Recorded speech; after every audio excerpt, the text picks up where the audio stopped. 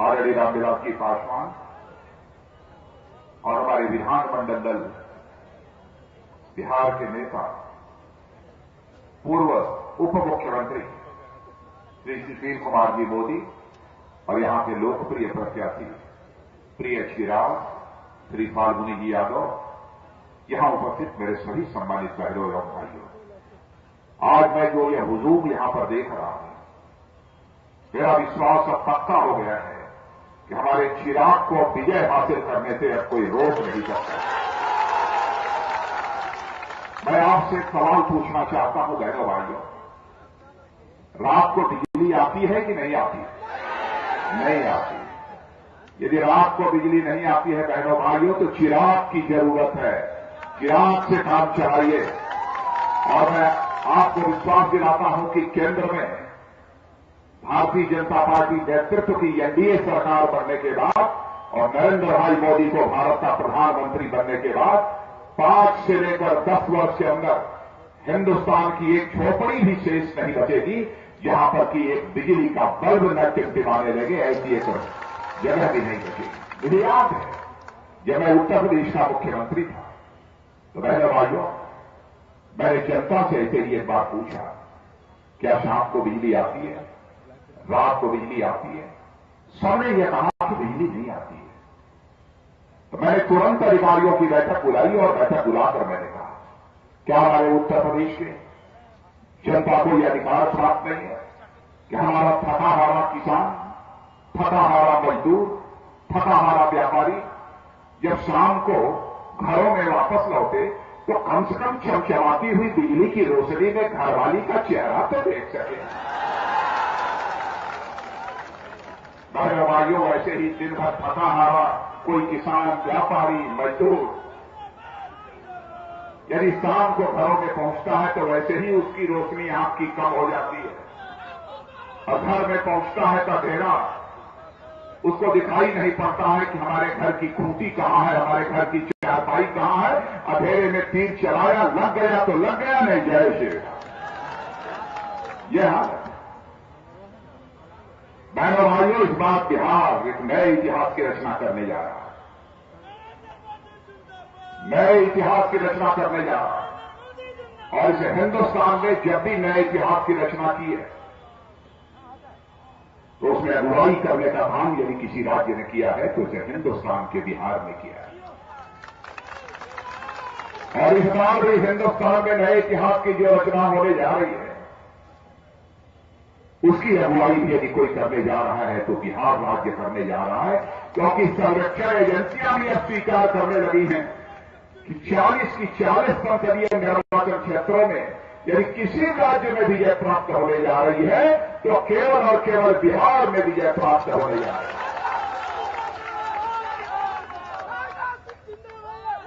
पंद्रह वर्षों तक लालू जी की सरकार यहां पर राजद की थी। बहनों भाइयों, किसी राज्य की तकदीर और तस्वीर बदलने के लिए 15 वर्षों का समय कोई कम नहीं होता। 67 वर्षों की इस आजादी के काल में 55 वर्षों तक अखंड हुकूमत किसी एक राजनीतिक पार्टी ने किया है तो कांग्रेस ने किया है। कितना समय चाहिए भारत की तकदीर और भारत की तस्वीर को बदलने के लिए? लालू जी से मैं पूछना चाहता हूं, 15 वर्षों तक आपने सरकार चलाई है, हिंदुस्तान नहीं दुनिया के किसी कोने में हमारा बिहार का कोई व्यक्ति जाता था उसे यही सुनने को मिलता था कि बिहार में जंगल राज है, संता सरकार नाम की कोई चीज नहीं है। और इतना ही नहीं, अमेरिका का पढ़ा हुआ हमारा चिराग है। बहनों भाइयों, हार्वर्ड यूनिवर्सिटी में चले जाइए, घोटालों के जो 10 मामले, ऐसे मामले जो अचंभित करने वाले हैं, आश्चर्य करने वाले हैं, उनमें नंबर 1 पर यदि कोई घोटाला है तो बिहार का वो चारा घोटाला है। क्या लोकनायक जयप्रकाश नारायण, डॉक्टर राम मनोहर लोहिया और एक से एक दिग्गज, भगवान गौतम बुद्ध, भगवान महावीर, कितने लोगों का रहना, ऐसे लोगों को यह धरती और वहां की हालत आगे हो गई। आज फिर से लालू जी ने जाकर हाथ मिला लिया है कांग्रेस के साथ। कांग्रेस की हुकूमत लगातार 10 वर्षों के इधर आप देख रहे हैं, पहले भी आपने देखा जब कांग्रेस की सरकार आई है इसे हिंदुस्तान में महंगाई तेजी के साथ बढ़ी है। फिर से 10 वर्षों से लगातार महंगाई बढ़ने का सिलसिला जारी है। क्यों नहीं महंगाई रुक रही है? भाइयों, हिंदुस्तान में जो महंगाई बढ़ रही है, आपकी बदनसीबी से महंगाई नहीं बढ़ रही है, बल्कि सरकार की गलत आर्थिक नीतियों के कारण बढ़ रही है, सरकार के गलत आर्थिक नियोजन के कारण बढ़ रही है। और इस सबसे बड़ा कारण है भ्रष्टाचार, जिसके कारण इस हिंदुस्तान में महंगाई बढ़ रही है। मैं जो बात बोलने जा रहा हूं, मेरी बात यदि गलत हो बहनों भाइयों तो एक भी ताली नहीं बजनी चाहिए, और मेरी बात यदि सही हो तो एक भी हाथ ऐसा नहीं होना चाहिए जो ताली न बजाए। यदि सही हो तब जो मैं बोलने जा रहा हूं, यदि सही हो तो ताली बजाना, यदि सही न हो तो बजाना। क्या यह सच नहीं है? क्या आजाद भारत के इतिहास में लगातार 6 वर्षों तक महंगाई को बांधे रखने में यदि किसी भारत माता के सपूत ने सफलता प्राप्त की है, तो भारत माता के सपूत का नाम है पंडित अटल बिहारी वाजपेयी। सारी प्रतिकूल परिस्थितियों के बावजूद 98 से लेकर 2004 तक जब एनडीए सरकार थी, हमारे भाई रामविलास जी पासवान उस सरकार में मंत्री थे। लगातार 6 वर्षों तक महंगाई रुकी रही। क्यों बढ़ती है आपके आने के बाद? सबसे बड़ा कारण भ्रष्टाचार है। सारे भ्रष्टाचारों की चर्चा बहुत विस्तार में जाकर करने की कोई जरूरत नहीं है, लेकिन पहले भी सुना होगा, पहली सरकार बनी जब चीन के साथ हमारा युद्ध हुआ, उस समय का भी इतिहास का आप जानते हैं। बाद की बहनों भाइयों, आपने देखा होगा कि कभी बोफोर्स घोटाला, कभी चीनी घोटाला, कभी बैंक घोटाला, घोटालों पर घोटाला, और इधर जो घोटाले हुए हैं 10 वर्षों के अंदर 5.5 लाख करोड़ रुपए से अधिक का घोटाला हुआ। सोनिया जी, आप इसका जवाब जनता के सामने खड़े होकर नहीं देंगे। यह आरोप मैं नहीं लगा रहा हूं बहनों भाइयों, यह आरोप इस हिंदुस्तान की कंट्रोलर एंड ऑडिटर जनरल, जो कि एक अधिकारी होता है, सरकार का ही अधिकारी होता है, उसने अपनी ऑडिट रिपोर्ट में कहा। कहां चला गया वह 5.5 लाख करोड़ रुपया? आपको विश्वास दिलाता हूं, भारतीय जनता पार्टी के नेतृत्व की एनडीए सरकार जिस दिन बन जाएगी, नरेंद्र भाई मोदी भारत के प्रधानमंत्री बन जाएंगे, एक भी घोटालाबाज कोई बचकर नहीं जाने पाएगा। राजा ही जब लूटने लगता है तो जनता कंगाल हो जाती है। बहनों भाइयों, गरीबी और बेरोजगारी का सबसे बड़ा कारण है आपकी गाढ़ी कमाई का पैसा। आपकी गाढ़ी कमाई का पैसा आपको पता नहीं है, लोगों ने ले जाकर दुनिया के दूसरे देशों की बैंकों में काले धन के रूप में जमा कर रखा है। 2009 से बराबर भारतीय जनता पार्टी आवाज बुलंद कर रही है, संसद में भी और संसद के बाहर भी। कार्रवाई करो, हम साथ खड़े रहेंगे कांग्रेस की सरकार के। दुनिया के दूसरे देशों की बैंकों में जो काला धन जमा है वह भारत आना चाहिए, लेकिन सुनने को तैयार नहीं है सरकार। लेकिन आपकी गाढ़ी कमाई का पैसा दुनिया के दूसरे देशों की बैंकों में जो जमा है, बहनों भाइयों, भारतीय जनता पार्टी की सरकार बनते ही 100 दिन के अंदर हम कार्रवाई प्रारंभ करेंगे, उसे हिंदुस्तान की बैंकों में लाएंगे और यहां की गरीबी और बेरोजगारी की समस्या का समाधान करेंगे। मुझे जानकारी है, बिहार से हमारा गहरा रिश्ता है। यहां के किसानों के खेतों में पानी नहीं पहुंचता। क्यों नहीं पहुंचता? 13 प्रमुख नदियां केवल बिहार में। अटल बिहारी वाजपेयी ने सूखे के संकट से, बाढ़ के संकट से निजात दिलाने के लिए नदी जोड़ों का एक प्रोजेक्ट परियोजना चलाई। गुजरात ने काम कर लिया, मध्य प्रदेश ने काम कर लिया। नीतीश बाबू, आपने क्यों नहीं किया? इस परियोजना को भी भारतीय जनता पार्टी प्रारंभ करेगी। और किसान भाइयों, आपको विश्वास दिलाता हूं, भारत सरकार में कृषि मंत्री रहते हुए थोड़े समय के लिए अंतिम 1 साल में वहां कृषि मंत्री था। एक योजना बनाई थी, गांव का रहने वाला हूं, किसान का बेटा हूं, किसानों के दर्द को समझता हूं। योजना बनाई कि किसान के खेत में सारा पसीना बहाने के बावजूद जुताई, गुड़ाई, सिंचाई, बुआई सब करने के बावजूद सूखा पड़ गया, बाढ़ आ गई, आग लग गई, फसल बर्बाद हो गई। किसान की सुध लेने वाला कोई नहीं दिखाई दे। इसलिए मैंने कहा कि नया फार्मूला, जिस फार्मूले का नाम है कृषि आमदनी बीमा योजना, उसको लागू किया जाए। 20 जिलों में मैंने उसका प्रयोग भी किया था, सफल प्रयोग रहा।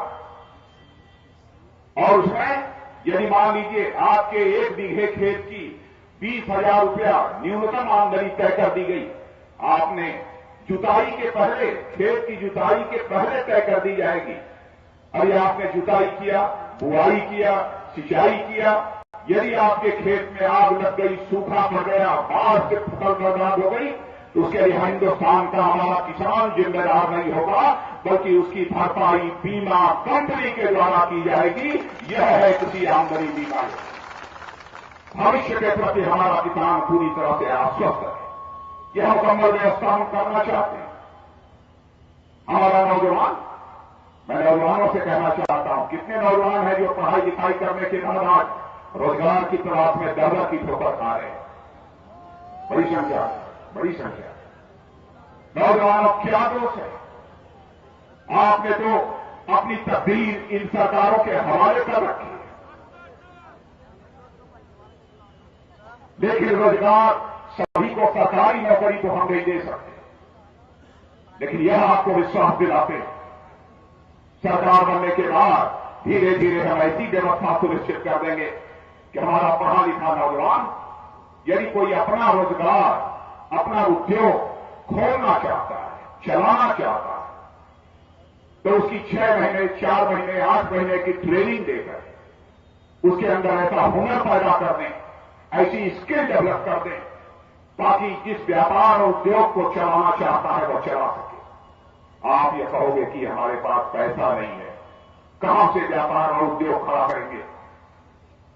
तो भारत के बैंकों से रोजगार अपना करने वाले ऐसे नौजवानों को कम से कम ब्याज दर पर, कम से कम सूद पर, रेट ऑफ इंटरेस्ट पर 2 से लेकर 4% के ब्याज दर पर उन्हें बैंकों से कर्ज मुहैया कराया जाएगा और 1 साल तक 1 पैसा भी ब्याज नहीं दिया जाएगा। क्यों नहीं? काम करने वाले मुख्यमंत्री और प्रधानमंत्री के बाद दृढ़ इच्छा शक्ति चाहिए, संकल्प चाहिए, दृष्टि चाहिए, दिशा चाहिए। परिवर्तन क्यों नहीं हो सकता? यदि गुजरात में परिवर्तन हो सकता है, और मैं तो कहूंगा तो आप कहेंगे कि आप भाजपाई हैं, इसलिए कह रहे हैं। आज गुजरात के विकास की प्रशंसा राजीव गांधी फाउंडेशन, जिसकी अध्यक्ष सोनिया जी स्वयं है, हमारे प्रेस के मित्र यहां बैठे, 2008 में राजीव गांधी फाउंडेशन ने गुजरात के विकास की प्रशंसा की है बहनों भाइयों, जिसकी अध्यक्ष सोनिया गांधी है। वह अमेरिका, जो नरेंद्र भाई मोदी को वीजा देने को तैयार नहीं था, उस अमेरिका की पार्लियामेंट की एक रिसर्च कमेटी ने अपनी पेपर में कहा है, 2011 में कहा है, मैं बतला देता हूं, निकाल लेना इंटरनेट से। उसने भी अपने रिसर्च पेपर में पार्लियामेंट की कमेटी ने प्रशंसा की। इसीलिए मैंने कहा, इच्छा शक्ति चाहिए, संकल्प चाहिए, दृष्टि चाहिए, परिवर्तन क्यों नहीं हो सकता? सवाल लो बहनों भाइयों, बचा लो इस देश को। आज यदि मैं कहने आया हूं, आप सबसे वोट देने की अपील करने आया हूं, तो केवल सरकार बनाने के लिए वोट देने की अपील करने नहीं आया हूं। यदि आज आया हूं आपसे अपील करने के लिए, तो इस देश को बचाने के लिए वोट करने की अपील करने आया हूं बहनों भाइयों। राजनीति केवल सरकार बनाने के लिए नहीं की जानी चाहिए, राजनीति की जानी चाहिए तो देश बचाने के लिए राजनीति की जानी चाहिए बहनों भाइयों। आपके मान सम्मान स्वाभिमान पर चोट, आप चुप्पी साधे बैठे होते हैं। आपका प्रधानमंत्री और कांग्रेस के अध्यक्षा सोनिया जी पड़ोसी देशों से लोग आते हैं, भारत के सेना के जवानों की हत्या करके चले जाते हैं, उनके शव को कुचल डालते हैं, सिर धड़ से अलग कर देते हैं, उनका सिर ले जाकर वहां पर जश्न मनाते हैं। कभी चीन दावा पेश करता है अरुणाचल जो भारत का हिस्सा है कि हमारा हिस्सा है, कभी कश्मीर घाटी के बारे में दावा पेश करता है। क्या इसे आप बर्दाश्त करेंगे? क्या इसीलिए चंद्रशेखर आजाद, सरदार भगत सिंह, खुदीराम बोस और अशफाकुल्लाह खान जैसे नौजवानों ने अपना बलिदान दिया था? अशफाकुल्लाह खान 21 साल की जवानी थी, मां कहती थी कि बेटा जवान हो गया है, शादी कर ले। बहू ना बूढ़ी हो गई, देखभाल करेगी, परवरिश करेगी। 21 साल के नौजवान अशफाकुल्लाह के दिल में आजादी हासिल करने की दीवानगी थी। मुस्कुरा करवा के आग्रह को टाल देता था, लेकिन अंग्रेजों की हत्या करने के मामले में जब फांसी की सजा हो गई, फांसी के तख्त पर ले जाया गया, तो मजिस्ट्रेट ने पूछा, बोलो अशफाकुल्लाह, तुम्हारी अंतिम मुराद क्या है? जो भी तुम्हारी अंतिम मुराद होगी, यह संदेश तुम्हारी मां तक पहुंचा दिया जाएगा। स्वाभिमान के धनी उस अशफाकुल्लाह खान ने मुस्कुराते हुए कहा, ऐ मजिस्ट्रेट, जाकर मेरी मां तक यह संदेश पहुंचा दे कि तुम्हारा बेटा अशफाकुल्लाह आज फांसी के तख्त पर खड़े होकर अपनी शादी रचाने जा रहा है, तुम्हारी मुराद पूरी करने जा रहा है। क्या ऐसे स्वाभिमानी नौजवान आप नहीं? बहनों भाइयों, हिंदुस्तान के मान सम्मान स्वाभिमान की रक्षा के लिए झोली फैलाकर अपने प्रत्याशी यहां के चिराग के लिए मैं वोट मांगने आया। और मैं आप सबसे अनुरोध करना चाहता हूं कि बहनों भाइयों, सचमुच चिराग इसके अंदर प्रतिभा कैसी है यह बताने की आवश्यकता नहीं। सचमुच यह बॉलीवुड का ही हीरो नहीं है, यह बिल्कुल इस बिहार और इस प्रदेश का भी हीरो बन सकता है हमारा ऐसा चिराग। तो आप लोग इसे जिता देंगे कि नहीं बेचारे? हाथ उठाकर बताइए कितने लोग जिता देंगे? सब लोग पक्का? तो चिराग से वादा करा लो, करा लें? चिराग से एक ही वादा, चिराग से एक ही वादा। चिराग को भी माला मत पहनाए, जीतने के बाद चिराग को माला। जनता जो हार पहना दे उसके बाद चिराग के गले में हार जानी चाहिए, पहले हार नहीं जानी चाहिए। जनता ही जनार्दन है, जनता ये लोग कह रहे हैं माला, मैंने नो। लोकतंत्र में लोक का, जनता का आदर किया जाना चाहिए, यही जनार्दन है। तो मैं एक वादा कराना चाहता हूं अपने चिराग से, करें वादा एक, चिराग चुनाव भारी मतों से जीतने के बाद 6 महीने, 8 महीने, 1 साल के अंदर एक बार फिर से तुम इसी मैदान में मुझे बुला लेना। और बहनों भाइयों, इस मैदान में यदि आना चाहूंगा तो चिराग का स्वागत करने के लिए नहीं आना चाहूंगा, अपना स्वागत कराने के लिए नहीं आना चाहूंगा। यदि मैं यहां पर आना चाहूंगा बहनों भाइयों, तो शीश झुकाकर इस क्षेत्र की जनता का हार्दिक अभिनंदन करने के लिए आना चाहूंगा, इसका स्वागत करने के लिए आना चाहूंगा। आप सबको बहुत बहुत धन्यवाद।